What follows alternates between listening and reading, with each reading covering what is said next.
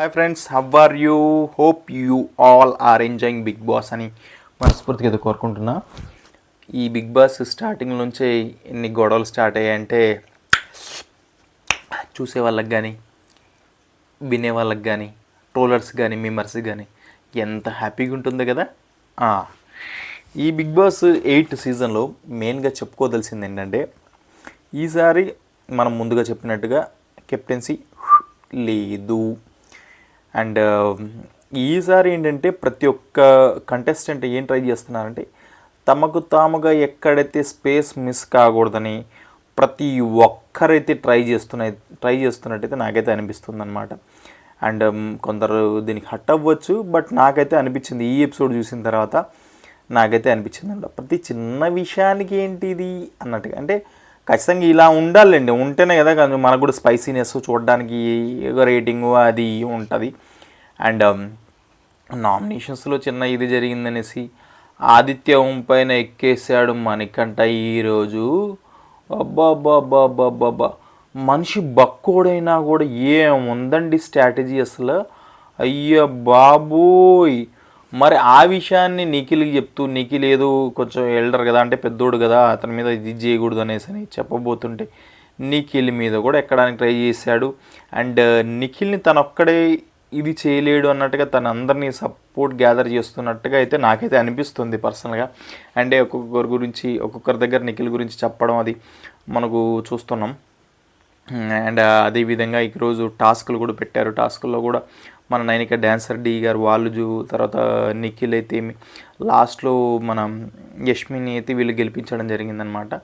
And యష్మిని గెలిపించిన తర్వాత వీళ్ళ మధ్య హాట్ ఆర్గ్యుమెంటు ఎందుకని. నాబిల్ మంచోడు, నాబిల్ కూడా చాలా బాగా ఆడాడు. లాస్ట్ చిన్న ఇదిలో పోవడం జరిగింది, కానీ నాబిల్ కూడా చాలా బాగా ఆడాడు. అండ్ ప్రతి ఒక్కరు కూడా ఏంటంటే వాళ్ళ స్పేస్ని ఇదైతే అంటే మిస్ చేసుకోకూడదు.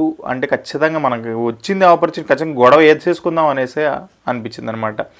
అండ్ సోనియా అయితేమి, శేఖర్ భాష గారు అయితేమి, ప్రతి ఒక్కరు, మణికంఠ, యష్మి అండ్ మన నిఖిల్, మెయిన్గా మణికంఠ ఏంటంటే ఫస్ట్ ఆదిత్య గారి గురించి చేశాడు. తర్వాత మరి సోనియా కిచెన్ దగ్గర ఆర్గ్యుమెంట్స్ అయితే ఏమి, అయ్యో బాబోయ్, ఈమె ఖచ్చితంగా గొడవడ్డానికే ఉందే అన్నట్టుకైతే నాకైతే అనిపించింది అనమాట. మరి రాను రోజులు గడిచే కొద్దీ ఎలా మింగిల్ అవుతారో తెలియదు అనమాట.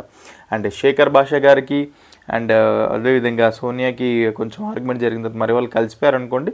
బట్ సోనియా అయితే ఖచ్చితంగా గట్టి కంటెస్టెంట్ అయితే నాకైతే అనిపిస్తుంది, ఖచ్చితంగా నిలబడుతుంది బాగా అనేసి. ఎందుకంటే మనకు కావాల్సింది అదే కదా, మనకు కావాల్సింది ఏంది, ఆ క్రిస్పీనెస్, అది స్పైసీనెస్, అవే కదా మనకు కావాల్సింది.